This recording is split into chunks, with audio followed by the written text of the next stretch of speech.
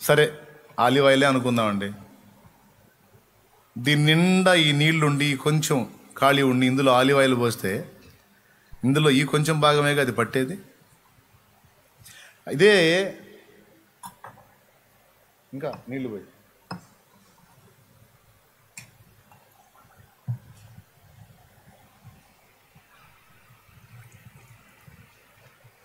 ఇదిగో ఇంత మాత్రం ఖాళీ ఉంటే ఈ కొంచెమే కదా మనం ఆలివ్ ఆయిల్ పోస్తే నిండేది అంతవరకే కదా. అంతేనా? ఇంకేమన్నా ఎక్కువ ఉంటుందా? పట్టిద్దా?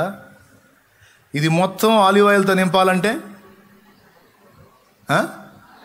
చాలామంది ఇలా నింపుకొని చెత్త అంతటి నింపుకొని ఇట్టొచ్చి దేవుని ముందుకు, ప్రభువా కొమ్మరించు నాయన, దిమ్మరించు, నింపు నాయన, నింపు అంటుంటారు. స్తోత్రం. ఆయన అంటాడు, ఆడ ఖాళీ ఏదిరా, ఆడ ఖాళీ ఏది, పనికి మళ్ళీ చెత్తతో ఫుల్గా నింపుకొని కొద్ది గొప్ప ఖాళీ పెట్టి నింపుతండి, నిలువెల్లా నింపుతండి, ఖాళీ ఆడుందిరా అంటాడు.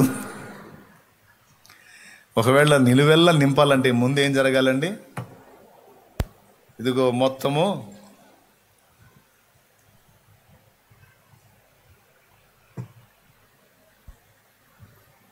ఖాళీ చేయబడాలి. మొత్తం ఖాళీ అయిపోయింది అనుకో, ఇక ఇలా రావాలా, అయిపోయింది తండ్రి, ఇక మన సొంత తెలివితేటలు లేవు, తెలివితేటలు, జ్ఞానం, ఇతరుల సలహాలు అన్నీ అయిపోయినాయి.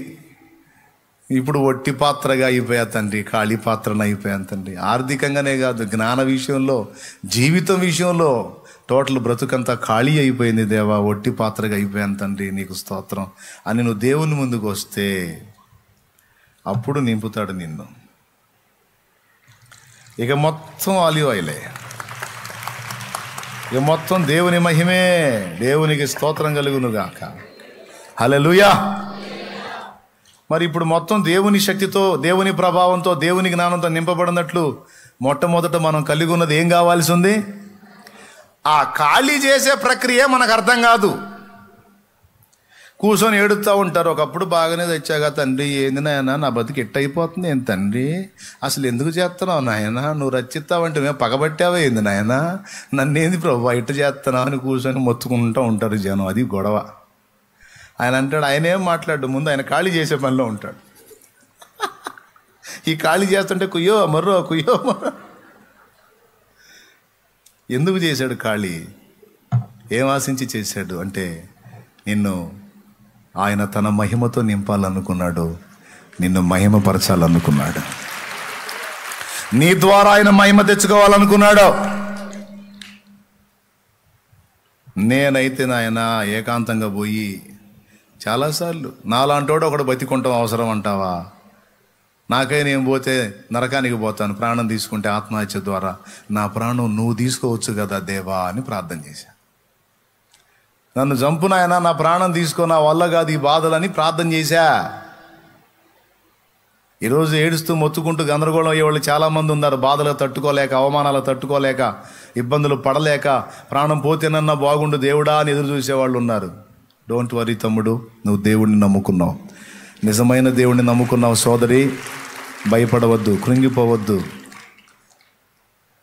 ఏ అవమానం వస్తుంది, వాళ్ళు అంటున్నారు వీళ్ళు అంటున్నారు, నాకు చాలా అవమానంగా ఉంది అని నువ్వు అన్నావు అనుకో, నీలో ఇంకా ఏముంది? అహం ఉంది. ఆ అహం అవమానాన్ని తట్టుకోలేకపోతుంది. అహం విరిగిపోయిందనుకో, అవమానం కూడా నీకు నొప్పి అనిపించదు. అర్థమైందో లేదో? మరి అర్థమైందో లేదో? ఏదైనా మనకి ఎదురయ్యే వాటికి మనం